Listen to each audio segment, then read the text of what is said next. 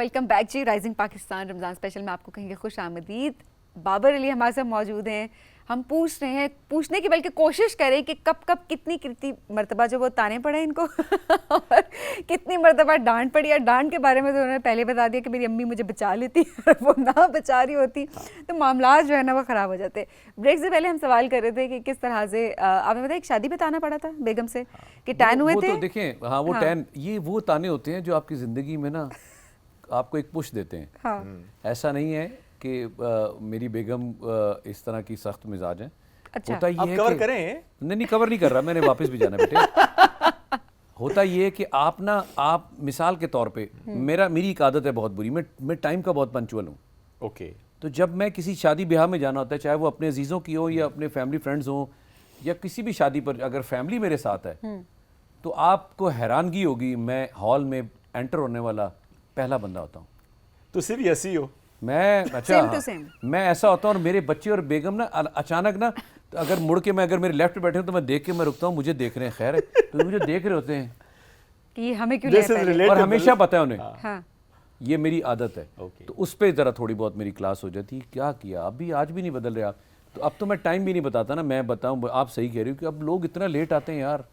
Which is bad. अच्छा, बल्कि अब मुझे लगता है कुछ बेहतर होना शुरू हुआ जब से टाइमिंग फिक्स हुई है थोड़ी सी शादी। नहीं, और शुएब, कुछ हाँ, बेहतर हुआ, हाँ, कुछ बेहतर। लेकिन मैं सॉरी मैं क्या कहूँ, अल्लाह सबको ये खुशियाँ देखना नसीब करे। आमीन। टाइम आप लोगों का ही पैसा है, ज़िया हो रहा है। आखिरी के आधे घंटे में रस्में चीज़ें बहुत मुश्किल है यार। आधे घंटे में फिर सब कुछ, और फिर आपका पैसा भी इतना लगा होता है। यस। तो मैं समझता हूँ कि यही चीज़ें, सॉरी आप ख़वातीन अगर पॉलर सुबह उठते ही ना फजर तो बाद ही चले जाओ नमाज पढ़ गई, पहले पॉलर हो जाए ना सारा चीज।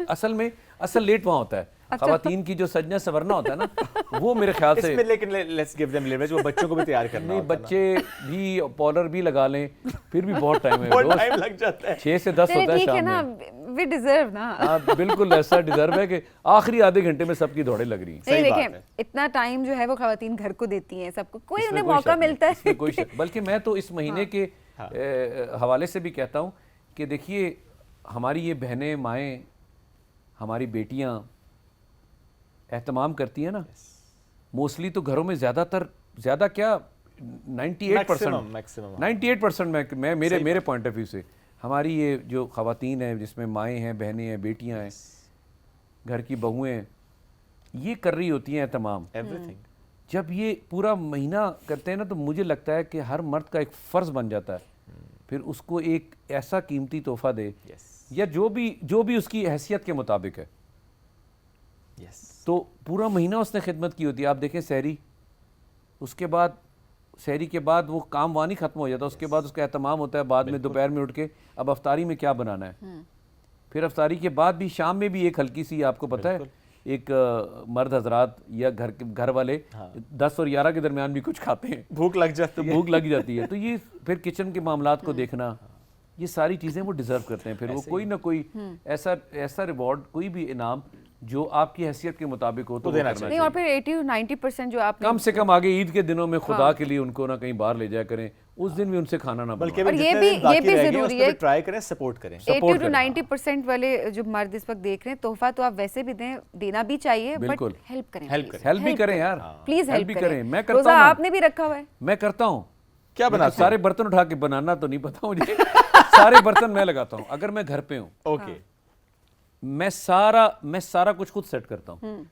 तसल्ली नहीं होगी किसी के काम में? नहीं, ऐसा सेट करूंगा और वो मुझे बाकायदा दाद मिलती है। Okay. मिसाल के किसी की मैंने अफ्तारी की है मेरे घर पे, वो भी सेटिंग कर लेता हूँ। ठीक है। लेकिन अगर मेरी बच्चे मेरी फैमिली में बैठे हैं तो वो सारी चीज़ें मैं खुद सेट करता हूँ। वाओ, सही। और जब नमाज हो जाती है, हम लोग अफ्तारी कर लेते हैं, तो दस्तरखान पे पड़ी हुई तमाम चीज़ें जो है ना, अगर वो दस्तरखान पे गिर गई हैं, मैं मोस्टली ज़मीन पर खाता हूँ भाई। ओके, अल्हम्दुलिल्लाह हर चीज़ है, लेकिन मैं ज़मीन पे बैठ जाता हूँ। अगर वो ज़मीन पे मेरी जगह है और ऊपर बाकी लोग बैठे हैं, नॉर्मली तो मेरे साथ ही आ जाते हैं, तो जब मेहमान आते हैं तो ऊपर हो जाते हैं, मैं अकेले में पसंद करता हूँ मैं ज़मीन पे बैठूँ। बिल्कुल ठीक। तो दस्तरखान पे गिरा हुआ चावल का दाना हो या रोटी या कोई भी पकौड़ा, जो भी चीज़ें बनती हैं, एक दाना नहीं नज़र आएगा आपको। वाओ, बड़ी अच्छी आदत है, एक दाना नहीं नज़र आएगा। बिकॉज़ रिस्क की भी तो कदर करनी है। अल्हम्दुलिल्लाह आफ्टर नमाज मैंने मना किया हुआ है अपने मुलाजमीन को भी, ये काम मेरा है, मैं उसको तसल्ली से उठाता हूँ। ये ट्रेनिंग मेरे वालिद साहब की है, क्योंकि जब अपने बड़ों को देखा हो, प्योर मेरे वालिद साहब की आदत है।